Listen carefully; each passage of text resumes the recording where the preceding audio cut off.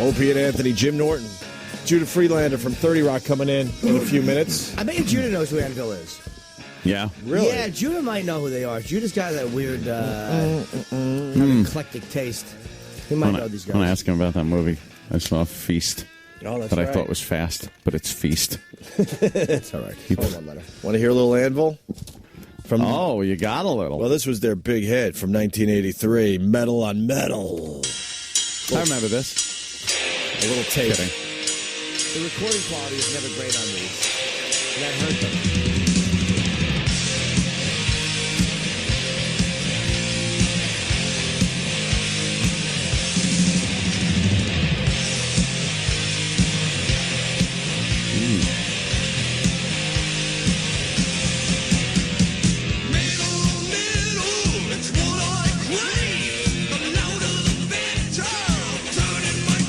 Judas Priest. Yeah, it's very early 80s sounding.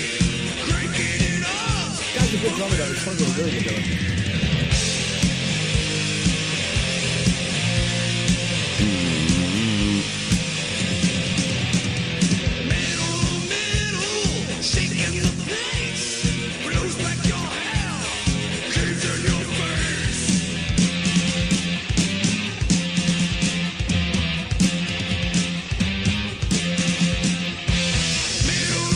It's like a Quiet Riot type of beats. Like those are early 80s metal. Yeah, and they just never made it. All right, look. All right, go ahead, Ann. Be honest. That wasn't very good. It wasn't great, no, but it's again, but that's like really old. Yeah, that wasn't good, though. I mean, who sings? The guy's name is Lips. Oh, Lips sings? Yeah. You don't like the singer? Wow.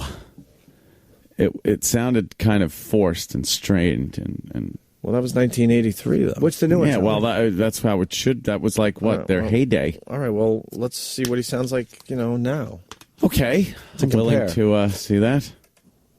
Not digging the Anvil, huh? Oh boy, they're coming in a half hour. That's fine. Metal. Yeah. Flying Blind is their latest song. Yeah, it's from the Governor. From 2007. Production's better. Exactly.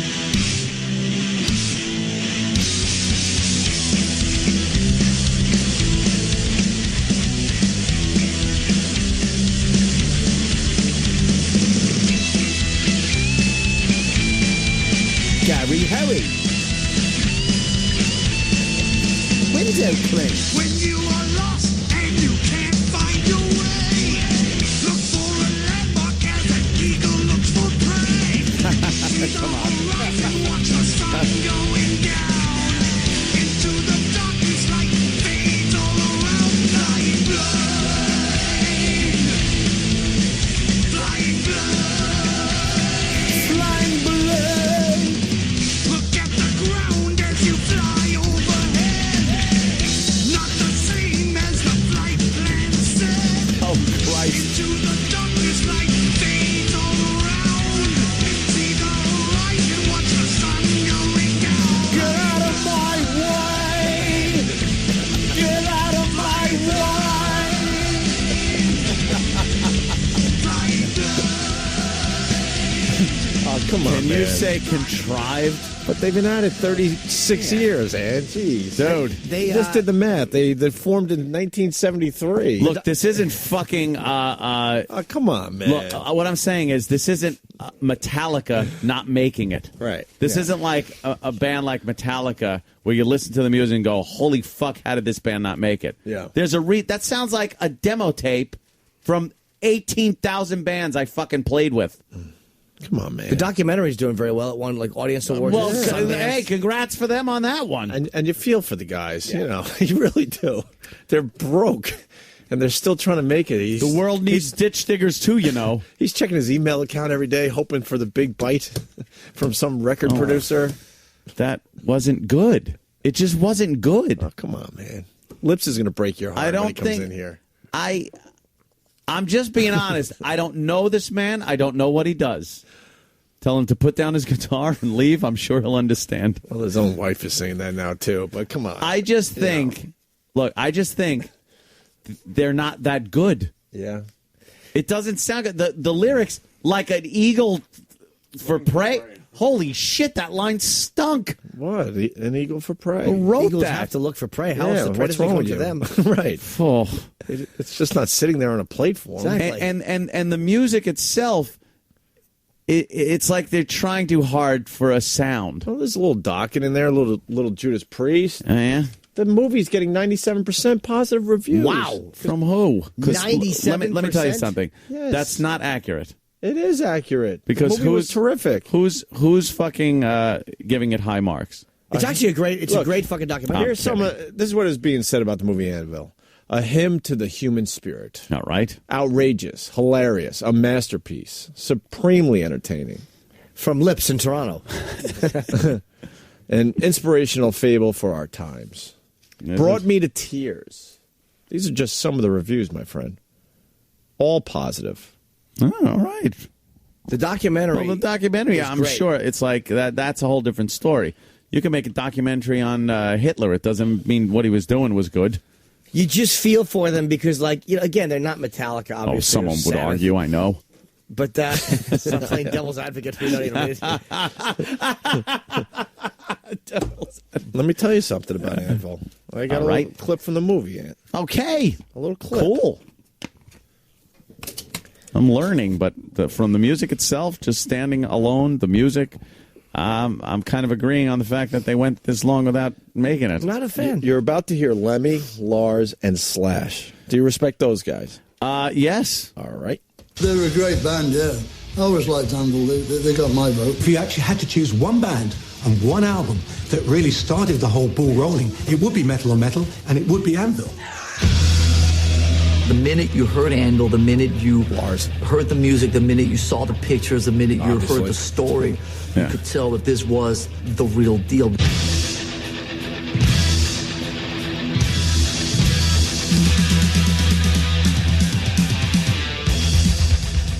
That's like old Merciful Fate. Bands that just put on this really amazing live performance. Lips, the singer, used to come out with this bondage harness on. He used to come out with this like dildo and play his flying V. I mean, it was just in complete insanity, and that's why it was such a huge turn on for us kids. It was like something we'd never seen before. All right, so visually that added to it, I'm sure. Mm-hmm. And they showed old footage of them live, like from the early '80s and stuff, and they, at festivals and shit. And they were good. I mean, they're a good live band. But there's some depressing scenes in this movie, man. Oh, boy, are Holy there. shit. Spinal Tappy. Did you like the guy's shit painting? What? The drummer is like, I don't know. He's one phone call away from killing himself. He's just teetering on the edge of just killing himself at all times. But dude, and he found an escape. He's a painter, and some of his stuff is really good. But he actually did a painting of a duty in a toilet, and the duty part is textured, so you could actually feel the duty. You can feel duty. It's not real duty. It's something else. Well, I would hope it's not real duty. I love that you say duty. And he's very depressed because his wife demanded that the duty painting be hung up in the stairwell that goes down to the basement. Oh, yeah. So you open up like the basement door, and there's his duty painting. Yeah, you don't want the duty painting like in the house, in really. the regular house. No, Yeah. no. I wouldn't probably want that either. Dude, there's a couple of scenes like where they're performing. There's one funny scene, like one of them gets married, so the band performs at like the guy's wedding. And it was just awful, like because there's like three people dancing to it. Oh no, because they're politely getting into it. Like Tap at the Air Force. Everyone base. else has the face like, oh, good God, get me earplugs, or somebody pull the plug on Dude, this. that's exactly the Spinal Tap at the Air Force Base. There's a lot of Spinal Tap stuff in this movie. Get it on, get it over with, and then there's people holding their ears, sitting at tables like just randomly and sparsely thrown around. Jimmy, what about the one? I don't have the exact numbers, but they're in Europe. I know exactly the numbers. Oh no! Okay, you do? Yeah, I know exactly. All right, let me set it up. So they're in Europe, because some lady thinks she can make them big, so she has this tour of Europe. I'm talking about the arena show, not the club one. Oh, yeah, no, I know which one you mean. So they set up this whole thing like Anvil's back. They're playing this festival. It's going to be huge. It's their big comeback. And then they even say the arena, holds 20,000? 10,000 people capacity. 10,000 capacity. So here it is. Anvil's finally going to perform in front of a large audience. They set this up as long as I'm setting it up. Oh, no. And then they flash on the screen how many people showed up. Yeah. 174. Holy shit. That's why I need to talk to this guy Lips. Did they play? He broke my effing heart. Yes. They show footage of them playing, but they don't tell you how many people were there because they just show like dark footage. You can hear some cheering and stuff. So you're like really like right on. All right, they're there. And then they turn the lights on to show that no one and they was say there. 174 attended. That was in Transylvania. And then they're actually just talking to the audience after. I just go home. This is like a vacation for me. You're like, ugh. To want something that bad. What about the club they played in where there was literally 10 people? Dude, which one? Fucking.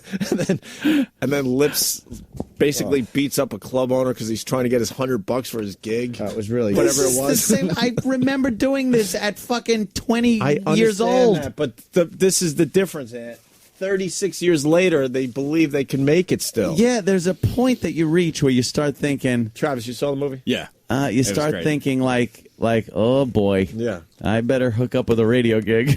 I mean, you just, you reach. There were gigs where we were setting up and going like, there are literally 10 people here. Why the fuck am I going to do this? And then my brother would be like, dude, you got to play these gigs. It's called paying your dues. It's like, no, it's not paying my dues. It's playing in front of 10 fucking people. What do you think? Fucking Tommy Mottola's person number 7? Mm-hmm. No. Yes, Travis. Well, one of the cringiest / saddest moments was when they were at that European festival, and he's trying to talk to like the drummer from Scorpions and Carmine Appice and is in it, and Tommy Aldrich, who I like because he played for Ozzy on Blizzard of Oz, and I knew who Tommy Aldrich was, and just nobody remembers him. They politely talked to him. Yeah. But and they used to play festivals together when they were all coming up, when no one was famous yet, basically. Yeah, it was fucking. And now those guys are obviously famous for what they do, and he's still just. And he's approaching he them like they're old friends. Like, hey! Yeah. And it was that polite, like, great. Yeah. All right, look. Kind of like a Dennis Leary moment, Ant. No, that's exactly like Spinal Tap, where they walk up to the guys, to the guy that was in WKRP. Right. And he's playing. He goes, "Where are you playing?" He goes, "I don't know, the Enormo Dome or some place like that." And they're playing some shithole, and Spinal Tap's playing some shithole, and they don't remember him. Like the one, Ian, their manager, walks up to one of the band guys and goes, "Hey, laddie!" And the guy looks, points at him, and goes, "Liam." He goes, Ian, and shakes his hand. It's the exact scene. Well, that's why holy shit. That's why all the bands love Spinal Tap, because they said it's so accurate. Yes, to what's the thing going is on that out was there. a comedy, and they had jobs. Right. This is probably very tragic. Yeah, they went back to their mansions after they were filming. Right? Yeah, exactly. What is some Laverne and Shirley money? Food, and then there's crying. You got metal guys crying. They would have the arguments, killed right? me. They would have the arguments, and then like, "I'm sorry, man, but I love you, bro." It was like the arguments you had when you were a teenager. They have like 19-year-old guy relationships. Yeah, wow, and that's what's kind of cool. It's like you're watching two guys like who are 50. Yeah. So they've just they're in a state of arrested mental development. Yes, they are. Mm-hmm. Yeah. But you like these guys. They're not dicks. They're just guys that want it so fucking badly. They have regular lives, but you see, like, especially as a performer, regardless of whether they should have made it or not, you don't care because you're watching it going, to want something this fucking bad and to love performing as much as they do, you just feel for them. So they realize that even if they did make it, it would have been over now, and tribute bands would have been out playing their music. Well, the manager that they had all this faith in. Oh no! After they missed their second or third train because she messed up the. Were you thinking she of wasn't Club even Soda buying Candy? tickets. Oh yeah, she. And it was a she. Yeah. Oh yeah. And was she filling out zodiac signs for the various band? Again, another Spinal Tap reference. And then they're in the middle of nowhere in Europe at a train station. There goes their train, and they don't have tickets. And the conductor's like, "Sorry, we don't know what to tell you." And the next train is like 3 days from now. It's some ridiculous thing. And all of a sudden, the the manager they had all this hope in just breaks down and starts crying. Oh shit! Oh god damn! I thought Club You Soda can't Kenny the have- whole time. Like, that's what you need Kenny for. Right. You need a guy who knows how to fucking set gigs up. Or Jimmy would be crying somewhere in an airport. I cry anyway. Oh, you get scared. I cry when I it's- have to sit in a window seat. You're frightened. Kenny comforts me. I got to tell you, it really is a great documentary. I really actually liked we'll it. play another track here. Wow. This is a track where Lips meets a lawyer while on tour in Europe, who says they have lousy managers or a lousy manager. Yes, that's what it is. Give me my business card. Okay. I'm a lawyer. You're a lawyer. Listen, you played in front of fuck all people here tonight. You were screwed. You had a shit manager. Listen, let's be honest about this. Right. Anvil should be playing in front of, I don't know, 1,000 minimum people every night in Europe. That's my opinion. Yeah, you're probably... Given your reputation, you should be playing in front of 1,000 people every night. It was And thousands. you are That's not. 1,000. Now you've got to ask yourself, why are you not doing that? Well, I've been asking myself that for 28 years. Because you've got a shit manager. Yeah, I can answer that in one word. 2 words. 3 words. We haven't got good management. That was like 30 words. That's fucking brilliant. That was 6 words. Holy shit. Yeah, but that sounds like an outtake from Spinal Tap, Exactly. right? Yeah. This band is probably more like Spinal Tap than any other band that I've heard of. I know you guys check out the movie. I think you'll like it a lot. So we got Lips and the other dude coming in. Robo, the drummer. Robo, the drummer. Yeah, they said it was a really great drummer, man. I'm trying to remember. Rob Reiner was his real name. I'm trying to remember some of the other really sad scenes. Just yelling at the manager of one of these horrible clubs. Just the tears and just the hope. Like they keep hope. It's amazing. Like they had this hope, and then they would get to a club, and they're rocking, and there's like a guy sitting in a fucking lounge chair, and there's like 11 people, and you're like, oh my god, is that awful? Yeah. And the I guy stood in front of those rooms. It's embarrassing. And the guy builds up his vacation time because he has a horrific job somewhere outside Toronto. What does he pack meals for, like kids in need or something? Fucking stinks, and he drives them around in a van. It's the worst job. I'd rather be a kid in need getting the meal. And he built up all his vacation time, and instead of like taking his family somewhere nice, he's still living the dream. Goes over to Europe to try to do a few shows, comes back, and nothing comes of it. That is, and then he goes back to his job for another year. It's what you do when you're in your 20s, early 20s. Right? That's what you do, and you have that hope and drive, and you want to make it, and then you realize, like at some point, maybe you're going to be the one that could talk some sense into this guy. Yeah, I'll be the one. The documentary is called Anvil, The Story of Anvil. It starts April 3rd in theaters, and you can get the locations at anvilmovie.com. I loved it. 97% of Rotten Tomatoes is amazing. But it's getting awards. It won audience awards.